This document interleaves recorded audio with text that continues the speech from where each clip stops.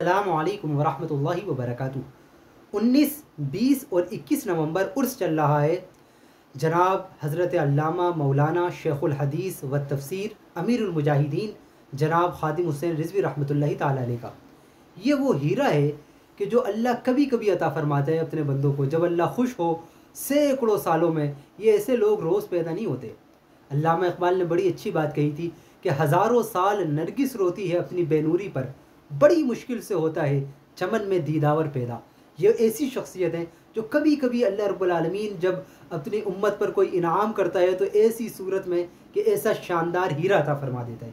ऐसी शख्सियत है अल्लामा खादिम हुसैन रिज़वी कि उनकी ज़िंदगी के बहुत से पहलू हैं जहाँ वो शेखुल हदीस भी हैं, शेखुल तफसीर भी हैं। इसके अलावा बहुत माहिर थे इल्म सर्फ़ में, ऐसी ऐसी किताबें लिखी कि आम आलिम के लिए पढ़ना भी मुश्किल हो, अल्लामा खादिम हुसैन रिज़वी रहमतुल्लाहि ताला अलैह ने। इसके अलावा दीगर उलूम व फ़नून और इनकी दर्स व तदरीस व खिताबत, ये तो एक तरफ, लेकिन जो सबसे बड़ा इनका कारनामा है वो एक है।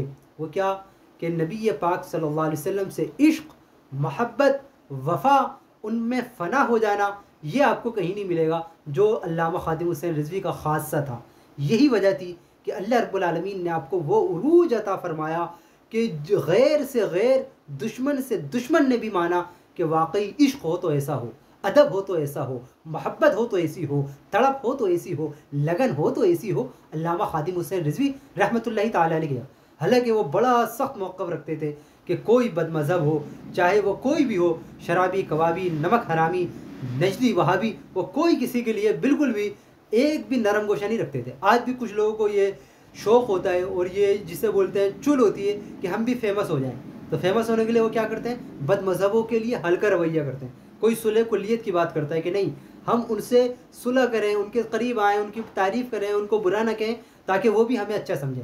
हालांकि अल्लामा अमीरुल मुजाहिदीन ने बताया नहीं, ये तो बेग़ैरती है, ये तो नबी पाक से गद्दारी है, ये तो नबी पाक से बेवफ़ाई है।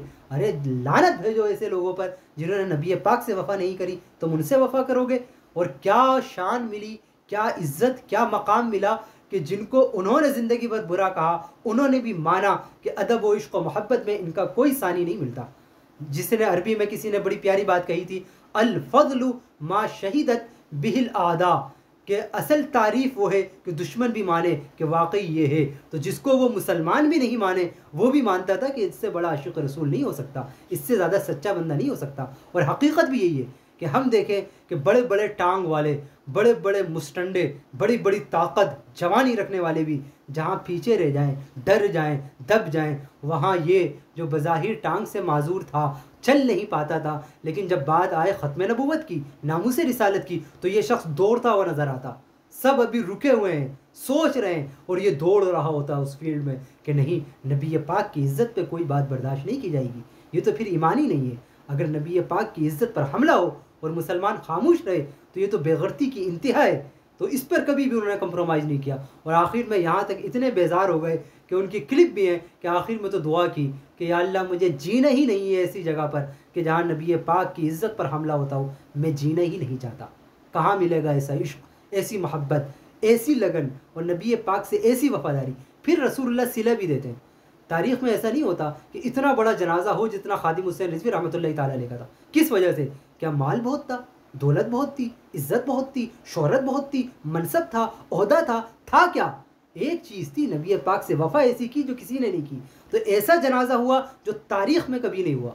तो बने तो कोई इनके नक्शे कदम पे चल। आज हज़ारों लोग इनका नाम तो लेते हैं लेकिन वो वफ़ादारी नहीं दिखाते जो जनाब अमीरुल मुजाहिदीन ने दिखाई, और एक मिसाल हमेशा के लिए कायम कर दी कि नहीं, नबी पाक से वफ़ा करो। जब आप दुनिया से गए 2 दिन तक जनाजा रखा गया और वैसे ही चमक रहा था चेहरा।